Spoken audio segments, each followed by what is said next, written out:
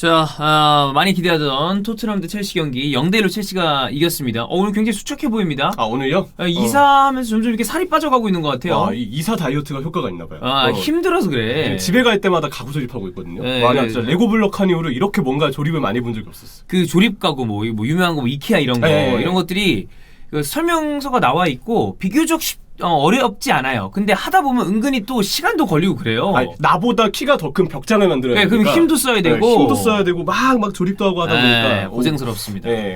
뼈만 남았다 어떡하니. 아닌가요? 알겠습니다. 네, 빼겠습니다. 예.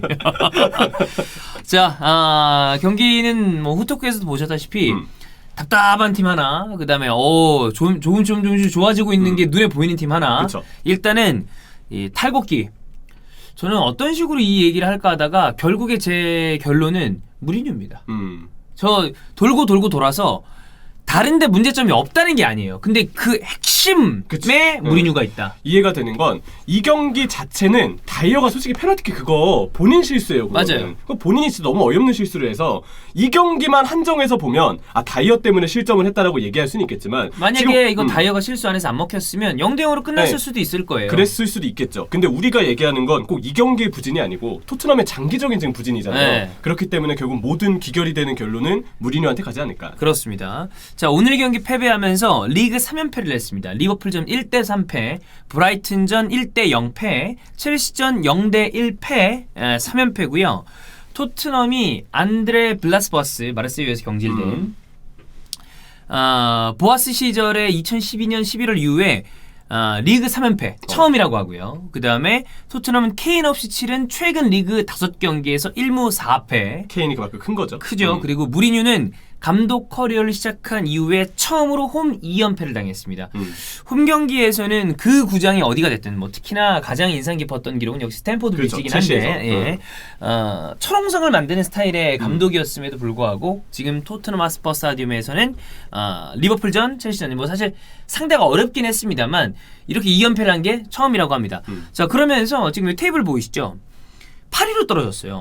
결국은 이렇게 되네요. 에버튼, 웨스트햄 이런 팀들이 지금 생각 이상으로 꽤 전진하고 아주 잘하고 있기 때문에 챔스권이라고 할 수 있는 4위가 지금 리버풀이 마크를 하고 있는데 리버풀이랑도 7점이니까 제법 많이 납니다. 한 경기를 토트넘이 덜 했다고 하더라도 많이 나요. 그래도 4점이죠. 그걸 이긴다고 가정해야 되잖아. 지금 분위기에서 어떤 팀이랑 할지 모르겠지만 장담이 좀 어렵죠. 어렵고 한 경기 덜 치른 에버튼보다 떨어져요.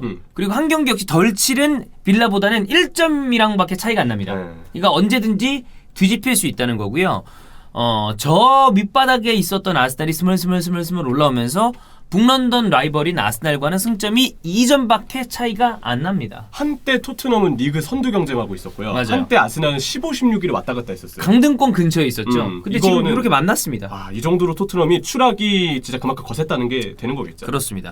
자, 최근에 특히나 맨체스터 유나이티드에서부터 안 좋기 시작했을 때, 물론 뭐 첼시 또 그때 이제 에바카네이로 문제건도 그때부터 그랬습니다만 안 좋았을 때 특징적인 면들이 많이 나옵니다.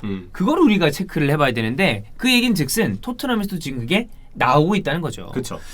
무리뉴가 기본적으로 예전에 잘 나갔을 때도 기본적인 밸런스가 앞쪽에 있는 사람은 아니었어요. 항상 수비 쪽에 있었고 수비 쪽에 밸런스를 두고 있으니까 좀 공격하길 바라는 팬들 입장에서는 답답하다는 얘기들을 할 때가 있었죠. 이거 잘 나갈 때도 마찬가지였어요. 맞아요. 그러니까 첼시 일기 때 사실 그때는 무리뉴가 전술의 선구자였습니다. 4-3-3 전술의 선구자. 원래 잉글랜드의 어떤 특히나 아스날과 맨유가 양강 구도를 형성하고 있을 때는 4-4-2가 대세였고 그런데 이제 다만 벵거가 구사하는 4-4-2는 지금 생각해보면 4-2-2-2에 가까운 느낌이 조금 있었어요. 피레스가 굉장히 플레이메이커형이었고 대신 융베리가 또 포워드처럼 움직이는 반면에 퍼거슨의 맨유는 또 전통적인 4-4-2 정말 딱 좌우 윙어든 와이드한 딱 윙어든 그 축구가 득세를 하고 있었는데 여기에서 무리뉴가 미드필더를 한 명 더 배치하는 수를 두면서 잉글랜드를 진짜 강타했죠. 그럼에도 불구하고 중원과 수비 밸런스를 꽉 잠그다 보니까 이 1기 때도 초반 경기들을 보면 답답한 경기들이 많았어요. 1대0 그리고 이 경기 좀 재미없다. 근데 물론 그러다가 이제 한 골 먹힌 다음에 상대 팀들이 밀고 올라오기 시작하면 뒷방을 빡빡 치니까 대량 득점 경기도 나오고 그랬습니다만 어쨌든 그 얘기를 다시 바꿔 얘기하겠습니다. 무리뉴의 축구는 기본적으로 결과가 전제돼야 돼요. 재미는 어느 정도 포기하고 가는 감이 있습니다. 흔히 안티사커 아니면 버스를 세웠다 이런 이야기를 듣는 게 무리뉴인데 그럼에도 불구하고 무리뉴가 지금까지 올 수 있었던 건 안티고 나발이고 지랄이고 버스고 택시고 뭐든 간에 나보다 그럼 트로피 많이 딴 사람 누군데? 라고 얘기했을 때 얘기할 만한 사람이 없었어요. 그리고 토트넘이 원한 것도 트로피 들어달라. 그렇죠. 이거를 1차 임무로 무리뉴한테 맡긴 거잖아요. 결과를 내. 근데 무리뉴가 만약에 무리뉴 축구가 결과를 못 내죠? 이러면 문제가 많이 생깁니다. 그렇죠. 자, 첫 번째 경기가 너무 재미없습니다. 최근 3경기 보겠습니다. 리버풀전. 일단 중요한 거. 우리나라 시간으로 평일 금요일 새벽 5시입니다. 오늘과 똑같은 시간이죠. 네. 그럼 이제 군대 갔다 오신 분들은 아시겠고 형철이도 나중에 경험을 하겠지만 이 불침번이나 뭐 탄약고 근무나 이제 뭐 근무를 설 때 취약 시간대 그러니까 흔히 얘기하는 새벽 3시부터 5시 사이 이때는 휴가 가기 전 사람들이나 아니면 징벌적인 차원에서 줘요. 그러니까 이거는 사람이라면 누구나 힘든 시간대야. 아예 밤낮이 바뀌어서 그때 일을 해야 되는 분들도 그때는 정신적으로 여러 가지로 그냥 몸의 리듬과 이 자연의 섭리가 좀 힘들다, 그치. 지친다. 깨져있다. 그래. 제 친구 뮤지션 김간지도 거꾸로 사는 경우가 많아요. 왜냐면 음악하는 사람들은 반대로 많이 사니까. 근데 그 사람들도 그때쯤부터 지치기 시작해서 아침에 잠들어. 그러니까 우리로 치면 그때는 또 밤이야. 우린 일어날 때쯤 되고 직전이니까. 그 시간대 하니까 우리가 얼마나 힘들어서 근데 그래도 일어나서 보자. 일어난단 말이야. 손흥민인데 봐야지 하고 보잖아요. 자, 리버풀전 슈팅수 3대 14. 기대 득점값, 이 XG 값이라고 그러죠. 0.1. 그리고 손흥민을 기대하는 사람 있잖아. 네. 손흥민 슈팅 2개. 재미있겠습니까? 전반에 그것에 딱 하나 때리고 끝나다는 거예요. 재미없어요. 자, 두 번째 경기 브라이튼전. 이 팀 경기 잘하는 거랑 별개로 밑에 있는 팀이죠. 그렇죠. 자, 월요일 새벽 4시 15분입니다. 주를 새롭게 시작해야 되는 월요일. 뭐 일요병이다 뭐다 그래갖고 그래도 이제 직장도 가야 되고 가뿐하게 힘들지만 일어나서 본다라고 생각하잖아. 일어나서 봅니다. 슈팅수 8대 16이었거든요. 브라이튼한테 당연히 적은 게 토트넘입니다. 전반전에 1대 9였어요. 전반이 문제였어요. 네. 그러니까 후반은 나중에 그냥 뭐 몰아치면서 연달아서 슈팅을 때린 게 있기라도 하지. 맞아요. 전반전은 내내 끌려다녔으니까 그래. 45분 동안 슈팅 하나는 이건 너무한 거죠. 기대 득점 0.37. 0.37입니다. 솔직히 얘기하면 빅샘의 웨스트미치 알비온이 이거보다 좀 더 기대 득점이나 슈팅이 더 많았을 거예요. 전반 기준으로. 여기보다 낮은 기대 득점을 가진 팀 딱 한 팀이 있습니다. 맨시티를 상대했던 버언리. 근데 그건 상대가 맨시티잖아. 그때 마레즈부터 해가지고 얼마나 그때 초반부터 기선제압을 했어요. 때려 맞으니까 그래. 어떡하겠어. 손흥민 슈팅 2개. 자, 오늘 경기 역시 평일 금요일 5시 취약 시간대에 그쵸? 슈팅수 7대 18인데 후반 어느 타이밍까지 슈팅수가 2대 15까지 벌어졌었습니다. 이거 첼시가 마지막에 좀 내려서서 그렇지. 내려서고 토트넘이 좀 밀었거든요. 네. 그거 아니었으면. 또 이렇게 나와. 그렇지. 자, 기대 득점값 0.57. 다행인 건 늘고는 있습니다. 기대 득점값이. 손흥민 슈팅 2개. 이게 걱정되는 게 토트넘은 유로파리그를 병행하는 팀이니까 앞으로 유로파리그를 병행하는 주간에는 주말 리그 경기가 무조건 월요일날 5시로 편성될 거예요. 맞아요. 빨라야 월요일 2시야. 네. 근데 무조건 월요일 경기니까 한국 시간으로 최악에 가깝습니다. 아니면 화요일 경기가 있을 그럴 수도 있겠죠. 근데 그것도 최악이죠. 최악이죠. 네. 평일이니까. 네. 자, 나는 스포츠를 보는 이유가 스포츠에 종사하는 사람이 아닌 이상 사실 우린 종사자입니다. 네. 중계방송 종사자이기 때문에 일로 보는 거예요. 근데 스포츠는 유흥으로 봅니다. 즐거우려고 보죠. 짜릿하고 재밌고 그 다음에 드라마 그들과 함께 호흡하기 위해서 물론 그들과 함께 호흡을 할 수는 있겠습니다. 보면서 근데 재밌자고 보는 축구 이러면 짜증나요. 우리야 계속 일 때문에 축구를 보지만 네. 안 그러신 분들은 그냥 스포츠 아니면 영화 드라마 그 시간에 다른 거 선택하면 되는 재밌는 거예요. 거 많아. 그러니까. 아니면 그 시간에 자야지 이 시간이면. 그러니까 어떤 재미를 느낄 수 있냐는 거야 이걸 그쵸. 보고. 요즘 반응 보니까 그냥 국내 해설 아니면 우리 이스타 입중계만 틀어놓고 딴 거 하고 계시다가 네. 손흥민 얘기 나오면 그때 딱 그래서 화면 보는 돌리는 거야. 그런 식으로 보시더라고요. 그렇죠. 재미없으니까. 일단 경기가 노잼입니다. 자, 두 번째로 가겠습니다. 이게 가장 문제인데 안 좋아진 다음에 무리뉴는 항상 그 팀의 선수단의 퀄리티에 대한 이야기가 나옵니다. 맨유도 선수단이 문제다. 토트넘 지금 선수가 쪼다 아니냐 얘기 나온단 말이에요. 그렇죠. 자, 일단 공격진으로 가겠습니다. 선수단 중에서도 공격진한테 이야기되는 문제는 뭐냐? 결정력이 떨어진다. 막 그런 얘기 나옵니다. 아니 찬스가 오는데 선수가 못 넣는 거에 대해서 그럼 그게 감독 문제냐? 이런 얘기를 하는 분들이 있어요. 손흥민 선수도 요번에 오늘 기회가 좀 있었는데 그리고 사실 최근에 따지면 손흥민 선수가 아주 좋은 폼을 보여주고 있지는 못합니다. 몸이 무겁긴 해보여요. 네. 근데 과연 기회가 이 정도로 얼마 없는데 거기에서 매번 아주 예리한 슈팅을 통해서 득점으로 만들어낼 수 있는 선수가 있냐는 거죠. 얼마 없습니다. 이 한 경기, 그러니까 토트넘 첼시 경기에서 결정력을 논할 수 있는 팀은 첼시라고 생각해요. 그 정도의 찬스 메이킹과 그 정도의 팀 짜임새를 만들고 생각보다 한 골밖에 안 나고 기회 놓쳤어. 그러면 그거에 대해서는 결정력을 얘기할 자격이 있는 거죠. 그러면 선수 탓해도 돼. 좀 넣어라. 그 전에 찬스를 만들었는데 왜 못 넣어? 그치. 근데 그게 아니잖아. 아예 기회 자체 창출을 못 하는데 여기에 대해서 반문할 수 있습니다.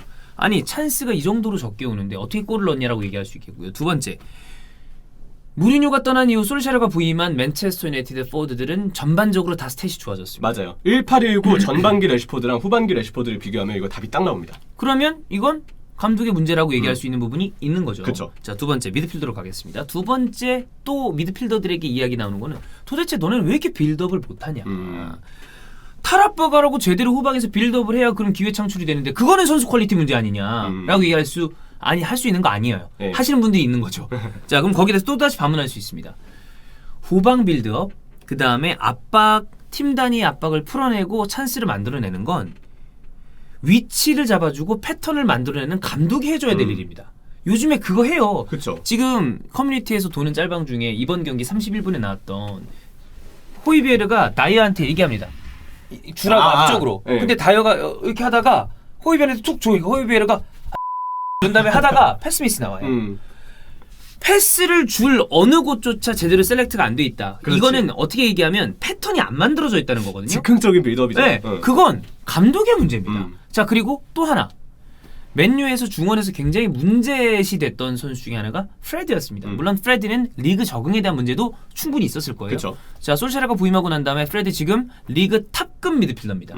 프레드마보다 잘한다고 얘기할 수 있는 미드필더 몇 없어요. 그렇죠. 네. 그러니까 결국 빌드업에 짜주는 길 자체가 아예 전무하다는 게 지금 토트넘의 문제라고 볼 수 있겠는데 매 경기마다 호이비에르가 지속적으로 집중 압박을 받고 있는 게 보이잖아요. 과연 팀적으로 이 호이비에르에 대한 압박 부담을 덜어주기 위해서 주위 동료들의 움직임을 감독이 잡아준 게 있느냐, 이 부분을 좀 따져보고 싶어요. 지금 호이비에르도 호이비에르 왜 저냐고 그러거든. 나 네. 호이비에르는 개인적으로 내가 호이비에르 그 친구나 지인이면 굉장히 억울할 것 같습니다. 야, 얘 혼자 이러는데 어떻게 하냐? 계속 압박 표적을 받고 있으니까. 그러니까 그러면 이제 그러니까 딴 선수가 문제가 아니라 그게 아니라 그걸 해주는 게 감독이라고.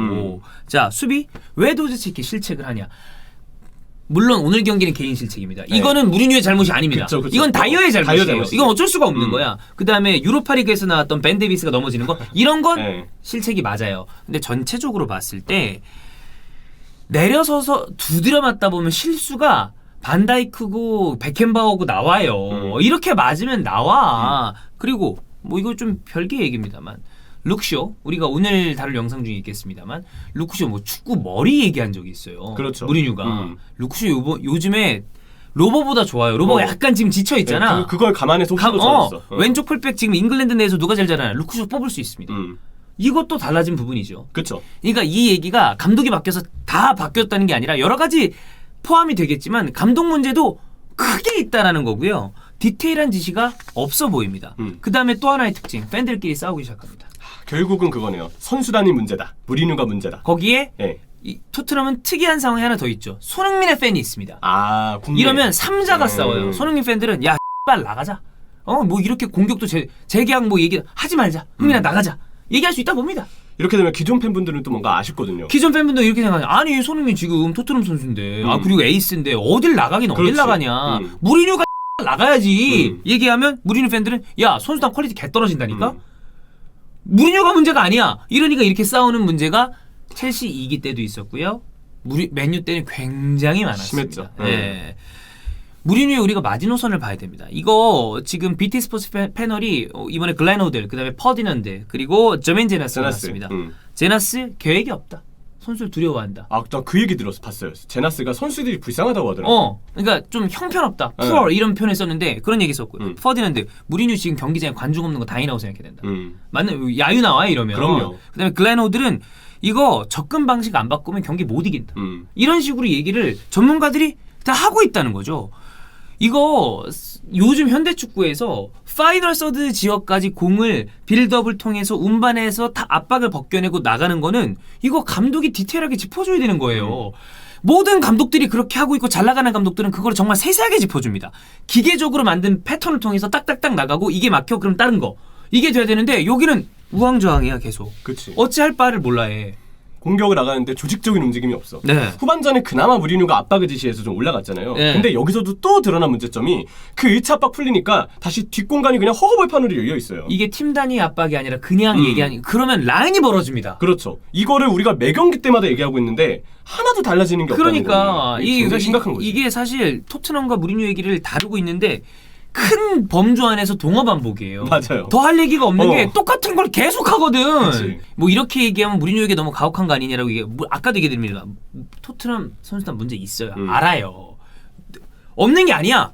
가만 보면 빈틈이 많아. 근데 그 단점 죽이고 장점을 뽑아내는 게 감독이 해야 되는 일이고 무리뉴가 그러라고 엄청나게 높은 연봉을 받는 거죠. 그렇죠. 이러면 결과도 못 내는 수가 있습니다.